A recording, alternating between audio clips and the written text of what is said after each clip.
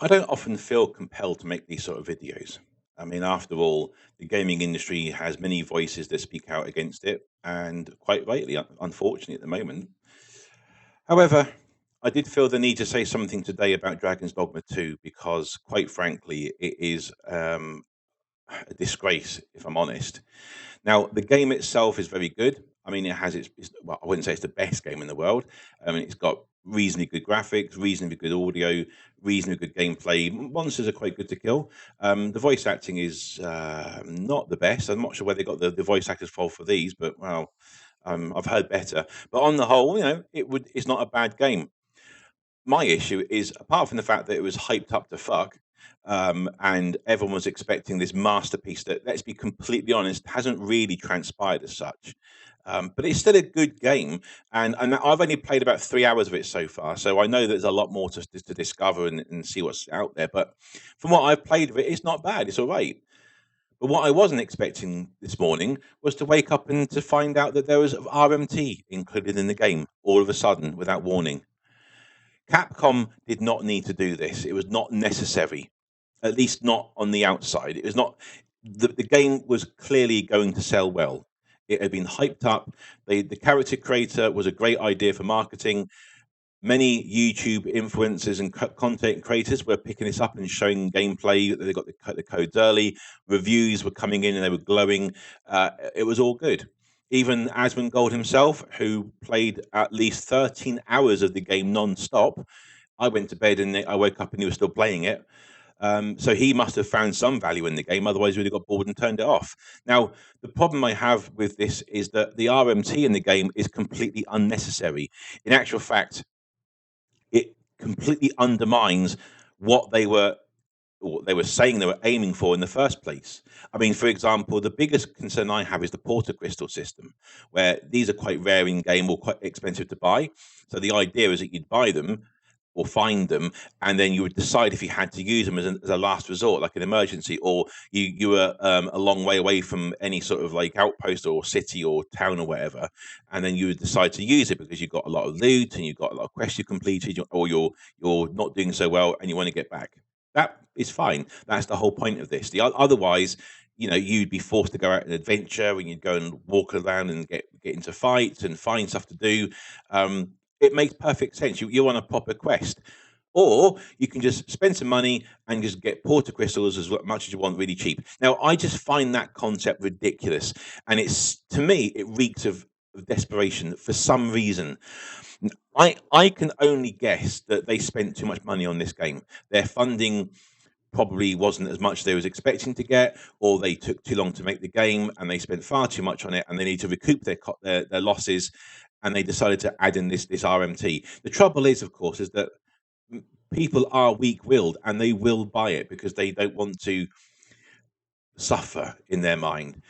I mean, can you imagine, for example, in Elden Ring, if you had some sort of, I don't know, extra strength potion that you could kill the bad guys, the top bosses. Can you imagine killing Melania in 2 hits, or you could just like drink this potion and you just fall down to the ground dead. Can you imagine how many people would buy that potion if it was sold for 4.99? People would buy it. People would buy that potion because they can't resist. They think, oh, this is so hard, I can't do it. Fuck it, I'll drink a potion and I'll win the game. Now, that's up to them. I mean, it's an individual player's game. They can do what they want, I guess. The problem I have with this is that it goes against all the marketing and all the reviews I've seen regarding this game that did not mention this in any capacity, especially online reviews on YouTube. I'm amazed at the amount of reviews I've seen with people getting the early access codes and not one mention of even DLC that I could see. I haven't seen all of them, so maybe there is somebody who has got a spine and actually mentioned it, but I bet they didn't. And I can only guess it was under some sort of embargo.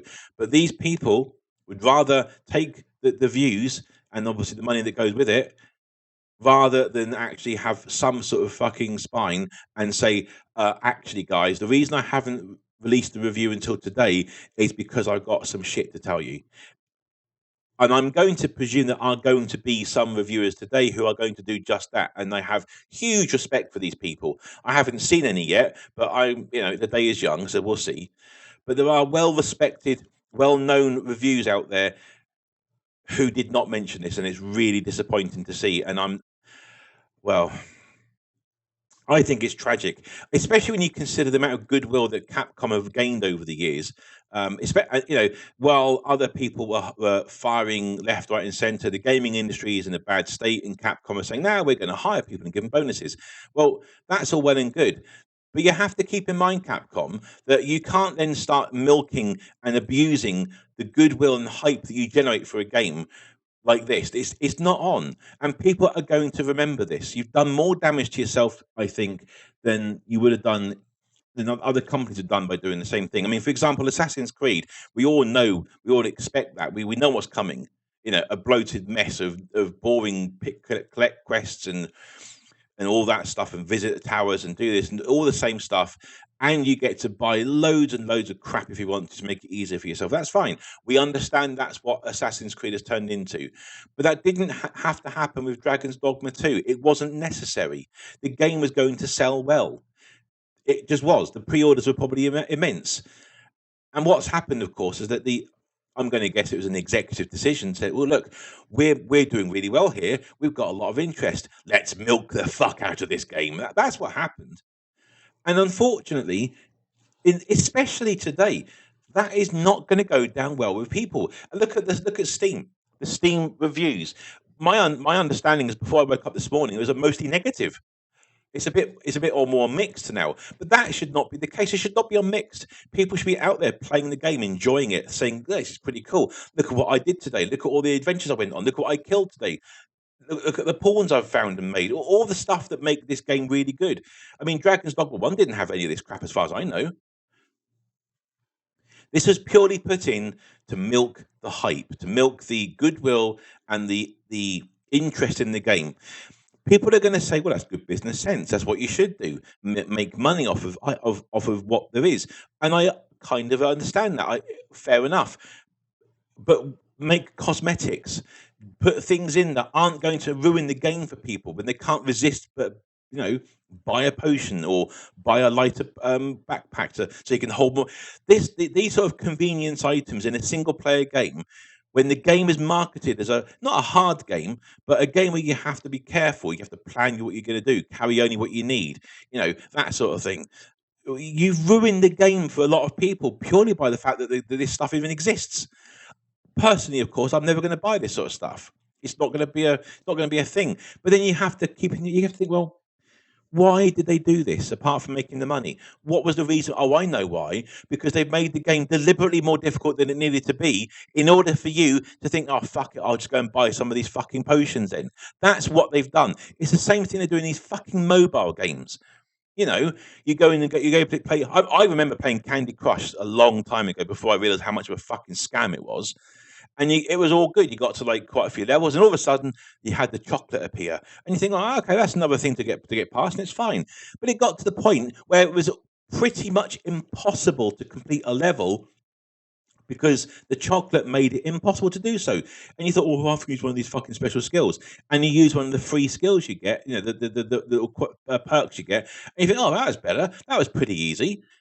And then, of course, it fucking hits you. Well, that's how it's going to be throughout the whole game now. I've got to spend money to fucking do this. What a load of bollocks. So you don't do it.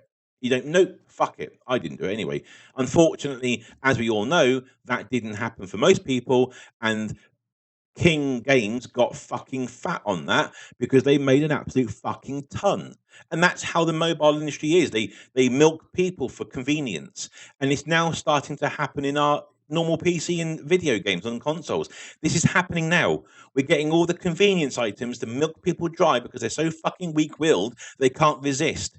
And the developers make a damn good game shittier because of this idea. If they hadn't have bothered putting this money shop in, I guarantee you that these porter crystals have been a little bit cheaper, a little bit easier to find, and the camping equipment been a little bit lighter. I guarantee it. But they've deliberately increased everything to make this other stuff more appealing to buy. And that's what's happening. And that's exactly what they've done. There's no other reason for it. Cynical me would have thought, well, they planned this all along, but I don't think they did. I think they decided to add this shop at a much later date when they realized just how popular the game is going to be. So they thought, well, we could just simply increase the prices of things, make them heavier, make them rarer, and you can go and buy some for your own convenience. It's going to is the industry does not need this shit to fucking right now. It needs to be tidied up. You need to think to yourself, what's more important?